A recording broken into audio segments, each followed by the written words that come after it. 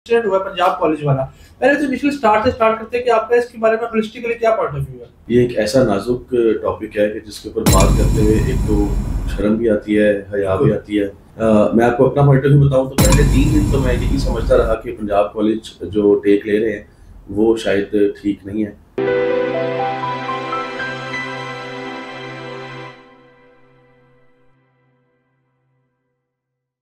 अस्सलाम वालेकुम व्यूअर्स, मैं सन्नान अहमद प्रॉपर्टी फाइंडर्स के प्लेटफॉर्म से आज आपके पास हाजिर हुआ हूँ। आज हमारे साथ मौजूद हैं CEO property finder mister Numan Afzal. Sir अस्सलाम वालेकुम। वालेकुम अस्सलाम। कैसे हैं सन्नान भैया? खैरियत? ठीक ठाक, अल्लाह का शुक्र। आप सुनाएं? अल्हम्दुलिल्लाह बिल्कुल।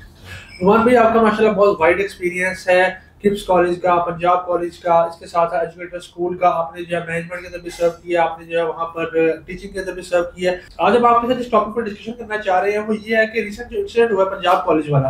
पहले तो इनिशियल स्टार्ट करते हैं कि आपका इसके बारे में होलिस्टिकली क्या पॉइंट ऑफ व्यू है?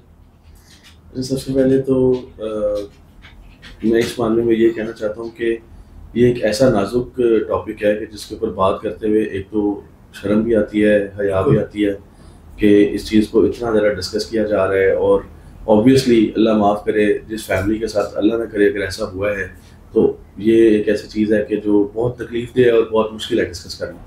बट पॉइंट ऑफ व्यू क्या है, इतना कन्फ्यूजन है कि हर तरह से कन्फ्यूजन ही कन्फ्यूजन है। मैं आपको अपना पॉइंट ऑफ व्यू बताऊं तो पहले 3 दिन तो मैं यही समझता रहा कि पंजाब कॉलेज जो टेक ले रहे हैं वो शायद ठीक नहीं है और कोई इस तरह का वाक़या हुआ ही होगा जो इतनी ज़्यादा जो है वो पब्लिक और इतना ज़्यादा स्टूडेंट्स के अंदर गम गुस्सा पाया जाता है।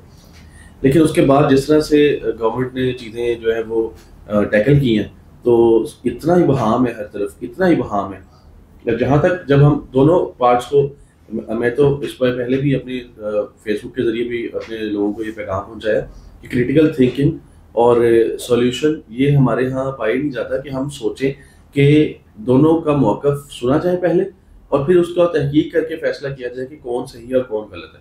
हम एक शख्स का मौक़िफ़ सुनते हैं और जज्बाती हो जाते हैं। बहैसियत कौम हम जज्बाती कौम तो हैं ही हैं। तो अगर मैं आपको वन बाय वन थोड़ा सा इसका हिस्ट्री बता दूँ तो आपके लिए आसान हो जाएगा अंडरस्टैंड करना कि इब्हाम कहाँ पे।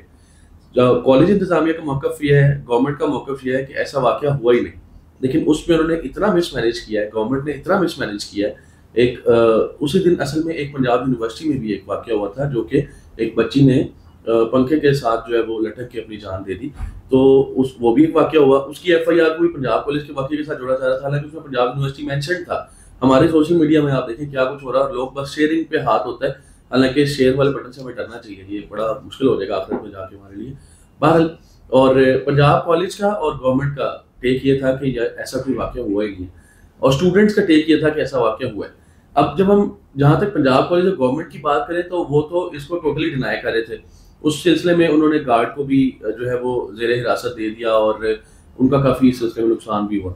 लेकिन जब हम स्टूडेंट्स की तरफ आते हैं तो अनफॉर्चुनेटली मुझे कहीं तरफ से ये आर्ग्यू दिया गया, मुझे दोस्त साहब ने आर्ग्यूमेंट दिया कि भाई प्रेशर बड़ा होता है, मियां आमिर साहब बहुत बड़े आदमी हैं, गवर्नमेंट है, सारे मामला हैं, तो ये सख्ती की जा रही होगी, प्रेशर होगा जिसकी वजह से कोई सामने नहीं आ रहा। लेकिन मेरा ये टेक था कि कोई एक स्टूडेंट, कोई एक क्लास फेलो, कोई एक बंदा तो ऐसा हो जिसका डायरेक्ट रिलेशनशिप हो उस बच्ची के साथ। अगर वो बच्ची प्रेशराइज है, अगर उसकी फैमिली प्रेशराइज है, यहाँ तक हम मान भी लेते हैं, हमारे मुल्क में अनफॉर्चुनेटली ये होता है, लेकिन उस बच्ची के क्लास फेलोज अगर 30 हैं, 20 हैं, 50 हैं, ऐसा मुमकिन नहीं है कि उन सबको खामोश कराया जा सके।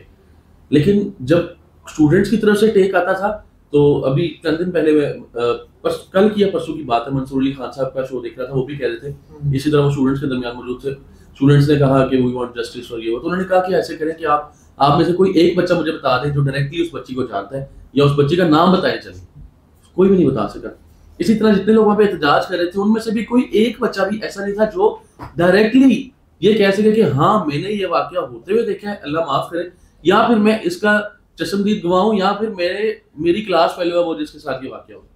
तो ये स्टूडेंट्स की तरफ से भी जो टेक था वो भी हाँ पैदा कर देते। बेसिकली बात जिस आपने मतलब अच्छा कंटिन्यू किया, लेकिन जिस आपने स्टार्ट में कहा कि एक तो हमारा ऑब्वियसली दिल दुखता है सबका, एक हैसियत है कौम भी, हम भी जब इस टॉपिक पे बात करते हैं तो एक ना बहुत ही हर्टफुल सी फीलिंग होती है कि जिस तरह पिछले अरसे में कुछ इकोनॉमिक क्राइसिस, एक इकोनॉमिक मतलब क्राइसिस पे ज़्यादा जिसको मैं टर्म दूंगा इकोनॉमिक डिप्रेशन रहा है कि लोगों के ऊपर एक प्रेशर, एक कीमतों का इन्फ्लेशन और मसाइल, बहुत सारे लोग डेली बेसिस पे मुल्क छोड़ने का सोचते हैं इस वजह से, उनको पता है कि यार कुछ भी नहीं होना, कोई हल नहीं है इस चीज का। तो आपने जो बात की है कि एक इमोशनल कॉम है या मतलब बाहर निकलती है, तो मेरे इसमें टेक ये है कि इमोशनल अगर है तो इमोशन आगे कहीं ना कहीं जाके एक शेप इख्तियार करते हैं जो कि मुस्तकबिल में कहीं ना कहीं बेहतरीन तरफ मुल्क को लेके जाते हैं। लेकिन सही चीज पे इमोशन निकलना चाहिए ना। एक पहले तो तहकीक होनी चाहिए, बगैर तहकीक के आपके इमोशन निकलना शुरू हो जाए। अब मैंने वीडियोस देखी हैं, चंद उस्ताद इकराम की गाड़ियां तोड़ दी, भाई उन्होंने रेप किया, अल्लाह माफ करे, उनकी गाड़ी आपने क्यों तोड़ी है? एक टीचर ने पता नहीं सारी जिंदगी की मेहनत करके उसने वो गाड़ी खरीदी होगी, एक रिक्शे वाले का रिक्शा चला दिया है, तो उस रिक्शे वाले का क्या कसूर है? उसने क्या गुनाह किया? ये इमोशंस कैसे निकल रहे हैं? ये मैं इसको सख्त अल्फाज नहीं बोलना चाहता, लेकिन जितनी वायलेंस इख्तियार की गई है इस सारे वाकये के अंदर, how can it be justified? ये बिल्कुल भी जस्टिफाइड नहीं। जब एक मॉब निकला होता है, मॉब अनकंट्रोल्ड होता है, कोई डायरेक्शन नहीं होती उसकी। लेकिन एक जो मैं बात कर रहा हूँ कि लोगों का बाहर निकलना किसी चीज के ऊपर, वो एक एप्रिसिएशन पॉइंट है। लेकिन मॉब को कोई भी कंट्रोल नहीं कर रहा था। अब ऐसे मॉब चला भी था, आपने देखा है कि लीडरशिप कोई नहीं होती वहां पे, कोई लीड नहीं कर रहा होता, कोई बंदा नहीं होता कंट्रोल करने वाला। लीडरशिप का ना होना और मॉब का अनकंट्रोल होना एक और चीज है, और शर्म हया होना एक और चीज है। मैं एक वीडियो देख रहा था, उसमें चंद स्टूडेंट्स, पता नहीं वो स्टूडेंट्स थे भी या नहीं, मुझे तो यही समझ नहीं आती है। और अगर वो स्टूडेंट्स थे तो मैंने अपनी जो वीडियो बनाई सोशल मीडिया उसमें मैंने कहा कि अगले तैयारी करें, अगले 50 साल 70 साल भी इस मुल्क का कुछ नहीं होने वाला, क्योंकि यही स्टूडेंट है ना जिन्होंने आने वाले मुल्क वक्त में हमारे मुल्क की इक़्तिदार संभालना है, हमारे मुल्क को चलाना है, तो तैयारी रखें, फिर आगे बहुत बुरे हालात हैं।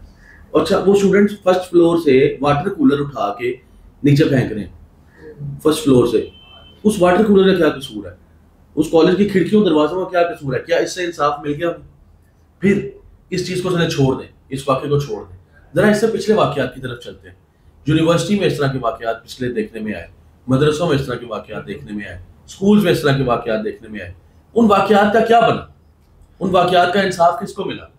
एक एहतजाज 2 दिन करके अब सारे खामोश होकर बैठ गए हैं, अब उस इंसाफ का क्या होगा? जो तो आप बात कर रहे हैं स्टूडेंट्स की, वो तो अगर आप रूटीन में भी, मतलब हम अल्लाह माफ करे इस इंसिडेंट को साइड पर रखते हैं अगर 1 मिनट के लिए, आप किसी भी स्कूल, किसी भी कॉलेज या यूनिवर्सिटी का भी अगर आप लास्ट डे जो होता है उस पर फोकस करें, वहां पर क्या कुछ हो रहा होता है। उसको पता है हमारा आखिरी दिन है, मैंने दोबारा कॉलेज में नहीं जाना, कॉलेज से मेरा ताल्लुक कोई नहीं, डिग्री मुझे कॉलेज नहीं देनी, वहां पर क्या कुछ करके जाते हैं। रोड्स ब्लॉक होते हैं, किनार रोड आपने कई दफा देखा है कि कलमा चौक के अंडरपास ब्लॉक किया होता है, और कितना मेन रोड जो है, और पंजाब कॉलेज के स्टूडेंट्स ही होते हैं ये, और मल्टीपल कॉलेज। इन चीजों को देखते हुए मैं यही कह सकता हूं कि हमारा फ्यूचर ब्राइट नहीं है। तो इसमें आपको ये नहीं लगता कि इसमें कॉलेज इंतजामिया का फोकस सिर्फ मनी मेकिंग के ऊपर है, ना ही कैरेक्टर बिल्डिंग पे कोई फोकस नहीं है? ऐसा नहीं है। असल में ना, अब मैं चले अपनी बात कर लेता हूं, मैं किसी और की बात नहीं करता।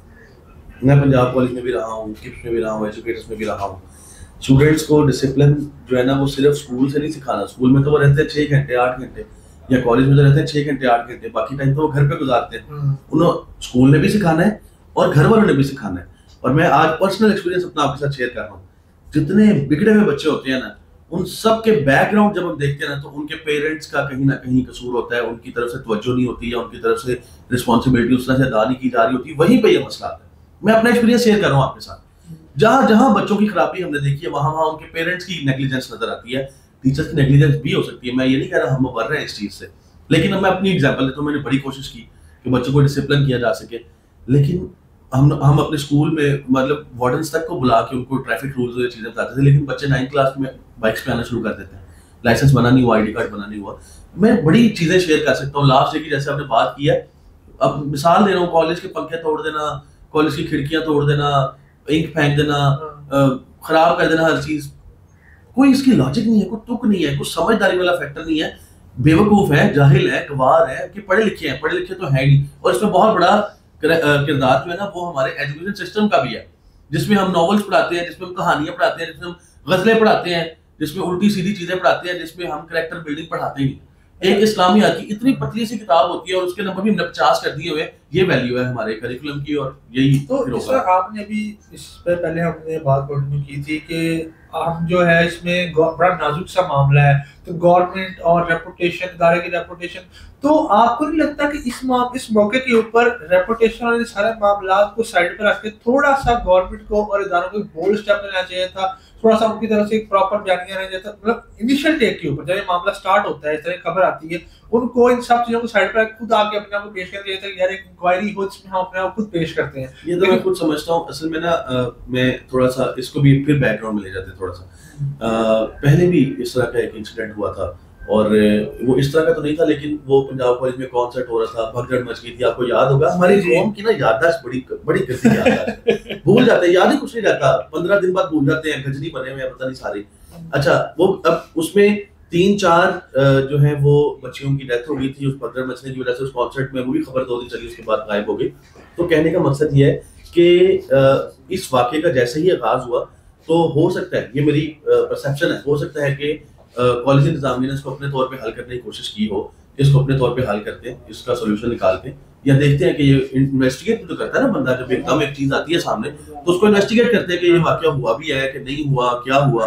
तो हो सकता है कि इन्वेस्टिगेशन में उनको थोड़ा टाइम लग गया और चीजें देखी। मैं किसी को डिफेंड नहीं कर रहा, ना मैं वहां पे था, ना मैं पंजाब कॉलेज इंतजामिया को डिफेंड कर रहा हूँ, ना मैं किसी को गवर्नमेंट को डिफेंड कर रहा हूँ, लेकिन हो सकता है कि उनको इस चीजें करने में, वो तो मैं कह रहा हूँ कि उन्होंने मिसमैनेज किया है। अच्छा, मैं कंपेयर करता हूँ इस चीज से कि अगर किसी भी एथिकल कंट्री के अंदर, इवन पाकिस्तान के अंदर भी ये बात करूँ कि जो कोई अच्छा बंदा है, कोई रेप्यूटेड इंस्टीट्यूट है, वो क्या करते हैं, वो उस बंदे को या उस स्पेसिफिक जगह को थोड़े अरसे के लिए अपने से सेपरेट करते हैं और कहते हैं कि हम इसकी एक इंक्वायरी करवाएंगे। कौन करते हैं ऐसे?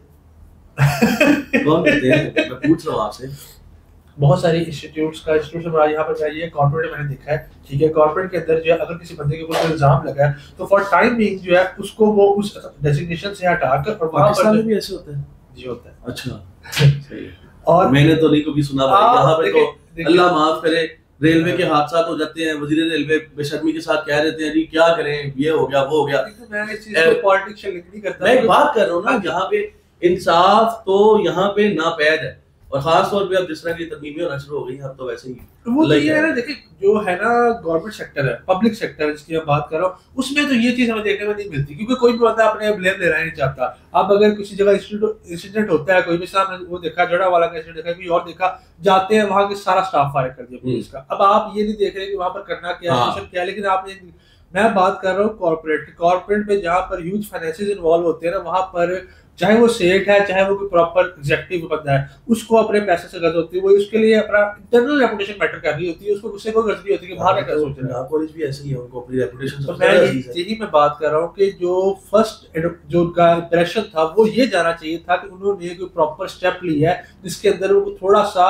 एक इस तरह का बस यही कैलकुलेशन हो सकती है। उन्होंने तो अपनी तरफ से स्टेप ले लिया और उन्होंने गार्ड पुलिस के वाले कर दिया कि ये गार्ड है, इसको पुलिस के वाले कर देते हैं।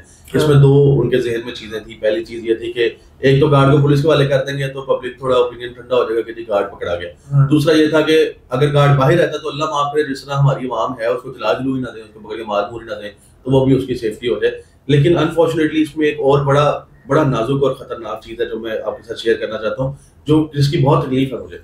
एक लम्हे के लिए आप ये सोचें कि ये वाकया नहीं हुआ, एक लम्हे के लिए आप ये सोचें कि ये वाकया नहीं हुआ।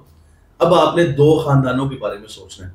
एक खानदान वो जो गार्ड का खानदान है और एक खानदान वो जो उस बच्ची का खानदान है। इन दोनों खानदानों की जिंदगी, पूरी जिंदगी तबाह बर्बाद करके रख दिया है इस पूरे सोशल मीडिया ने। इन दोनों खानदानों को आगे जाके सारी जिंदगी कोई काम ढंग का नहीं मिलना, उस खातून को शोहर कोई नहीं काम का मिलना और उस गार्ड को नौकरी कोई नहीं काम की मिलनी। पूरे खानदान का बेड़ा गर्क कर दिया हमारे सोशल मीडिया ने, फॉल्स न्यूज ने। और ऐसे ऐसे बंदे टाइयां लगाई हुई है, वकीलों वाली ड्रेसिंग की हुई है, फोत हो गई जी बच्ची, फोत होगी, मॉब में खड़े हो कह रहे हैं मॉब बहुत ज्यादा मुश्किल हो रहा है। उस बंदे को अदालत ने बरी कर दिया। मैं कहता हूँ और इस मुल्क में क्या होना है कि जो बंदा फॉल्स न्यूज फैलाता हुआ पकड़ा गया उसको अदालत ने बरी कर दिया बाद में। उसको पहले गवर्नमेंट ने पकड़ा और उसको अदालत ने बाद में बरी कर दिया। यहाँ पे तो ऐसे ही है सिस्टम। लेकिन फिर भी मेरे मुताबिक वायलेंस की कोई जगह नहीं है। Violence is not the solution.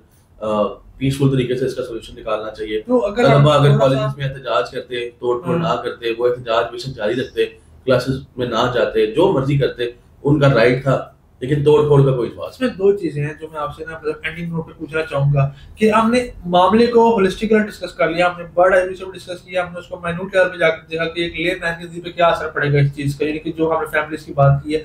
अगर मैं इसका थोड़ा सोल्यूशन ओरिएंटेड साइड पे जाऊं, 2 चीजें आपसे पूछना चाहूंगा।